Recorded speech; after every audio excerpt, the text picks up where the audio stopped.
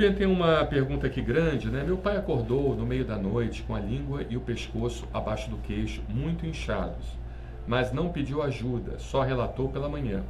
E se sentou na cama para dormir, e conforme ele relatou, o inchaço foi diminuindo sozinho ao longo da noite. Pela manhã ainda apresentou um pouco de inchaço, que desapareceu por completo ao longo do dia.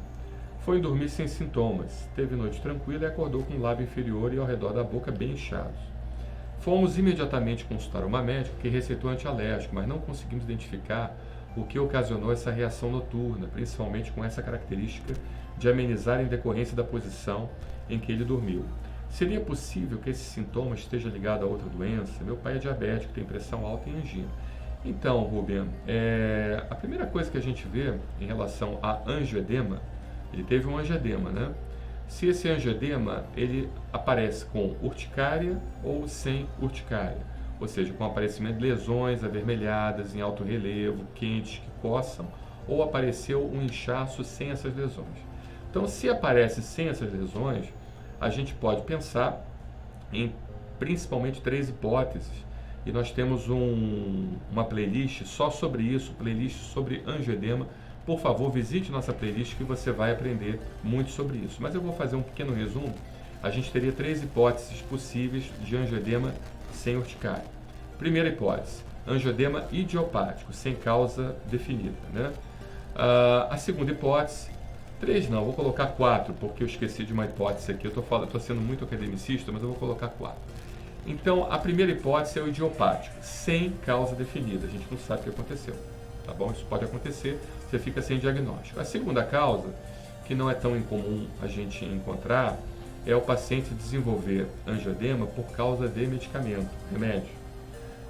Medicamentos que causariam, eventualmente, com mais frequência, angioedema, seriam os inibidores da enzima conversora de angiotensina, captopril, enalapril, lisinopril, e seria também os inibidores dos bloqueadores de angiotensina, isso mais raramente, tá?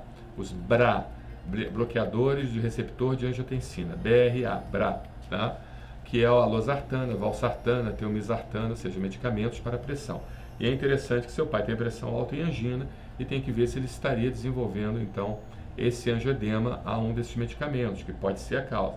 Se ele toma captopril, enalapril, lisinopril, vocês não sabem a causa disso, é importante talvez trocar por um outro antihipertensivo com a supervisão do seu médico cardiologista. Existem outras causas também de angioedema, né, que seria o angioedema adquirido. O angioedema adquirido é quando você desenvolve angioedema por doenças crônico-degenerativas, por exemplo. O câncer pode levar a angioedema adquirido, onde a gente tem um consumo total de elementos do sistema complemento. A gente tem um consumo do C4, C3, CH50, C1Q, C2Q, e assim vai. Inibidor de sinosterase, qualitativo e quantitativo, principalmente o quantitativo, né, que acaba consumindo o quantitativo, não qualitativo, mas acaba consumindo o quantitativo. Ou seja, você pode ter o chamado angioedema adquirido, que é adquirido mediante o aparecimento de alguma doença acessória, tá bom? Muito bem. Doenças reumáticas, né, que também estaria incluído nos angioedemas adquiridos, onde você teria um consumo do sistema complemento, também poderia estar causando isso. E você teria também o chamado angioedema hereditário. O angioedema hereditário é quando você nasce com a deficiência do inibidor de C1 esterase, que é um componente que evita que a gente tenha justamente esses inchaços. O angioedema hereditário ele pode ser tanto quantitativo quanto qualitativo, ou seja, você tem uma diminuição na quantidade do inibidor de C1 esterase, ou você pode ter uma diminuição na funcionalidade do inibidor de C1 esterase. Tá bom?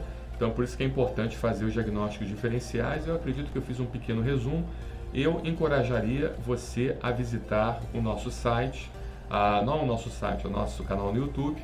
Nós temos uma playlist sobre angioedema. Assista todos os vídeos da playlist, que você vai aprender muito ali. Tem que ter paciência, tem que assistir muita coisa, mas é para a melhora do seu pai, certamente você vai ficar agradecido, porque você vai aprender muitas informações. Aquilo ali vai lhe dar já um pensamento diferenciado para o médico, né? Ele vai já ter uma carga de informações muito melhor, tá bom? Muito obrigado, Rubem. Rubem é mulher, né? O Daniel está me informando aqui que é uma mulher. Desculpe que pode ser um nome que pode ser tanto de homem, é igual o Valdeci, né? Valdeci pode ser tanto homem quanto mulher. Rubian também, eu já vi Rubian homem. Obrigado, Rubian, um abraço, muito obrigado pela sua pergunta.